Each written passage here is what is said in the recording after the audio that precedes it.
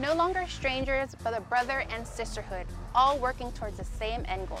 Their next step, EMT certification and practical applications.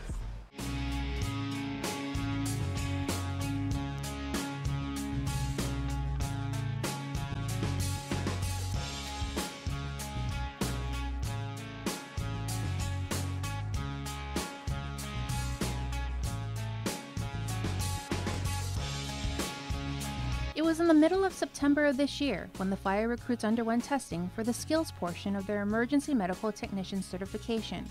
But just days prior to their testing, Typhoon Mangkhut struck the island, setting the fire recruits back a couple of days. According to Assistant Fire Chief Darren Burrier, rather than be upset about the minor delay, the recruits took it all in stride and sprung into action. This cycle has proven to overcome many challenges. As you've noticed in the recent past, they've gotten some unique training opportunities that is not afforded to all cycles, where they were able to be put into a real-world operation with Typhoon Mangkhut response, and they would put together their own command post underneath our command post, and they sent out teams to do traffic control, cleaning up the schools, and preparing the island in the post-typhoon time to get them back to normal operations. Once the island was back on its feet, the 21st Fire Cycle was ready for their EMT certification testing.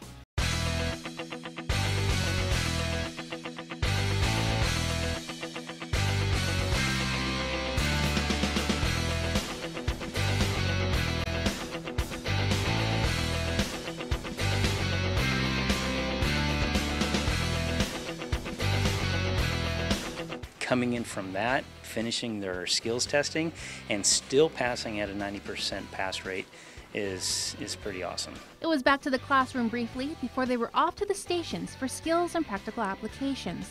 Lieutenant Joseph M. Sablon is one of the cadres for the 21st Fire Cycle.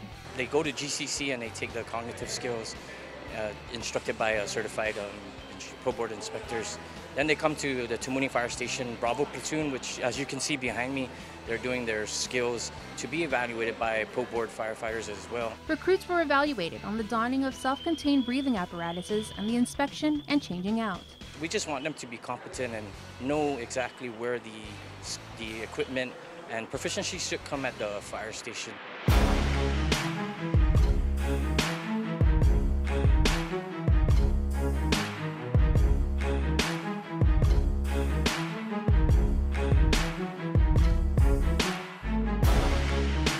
It was over to Dedido, where they were tested on the roping and hoisting skills and its importance. In this particular skill, it's all about hoisting equipment, hoisting tools, charge lines, and using the proper knots and hitches to hoist that equipment and not let it fall.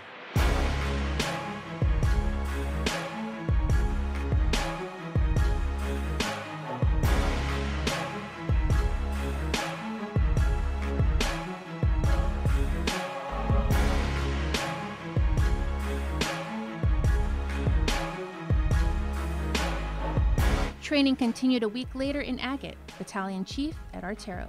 We're doing simulating exiting a hazardous environment, and then also going in to search for a downed firefighter. And then from there, it evolves into a rapid intervention team. That's all into one evolution. And then the other one is we have rescuing a conscious and unconscious person down a ladder from an elevated platform.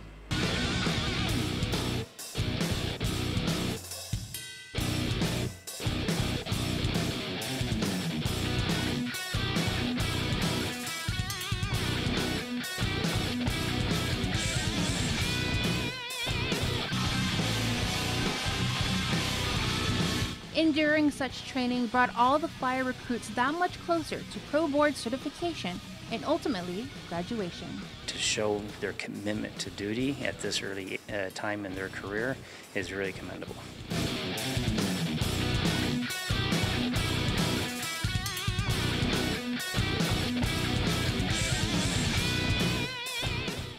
One first in returns, the recruits brave the live fire. Keep it here.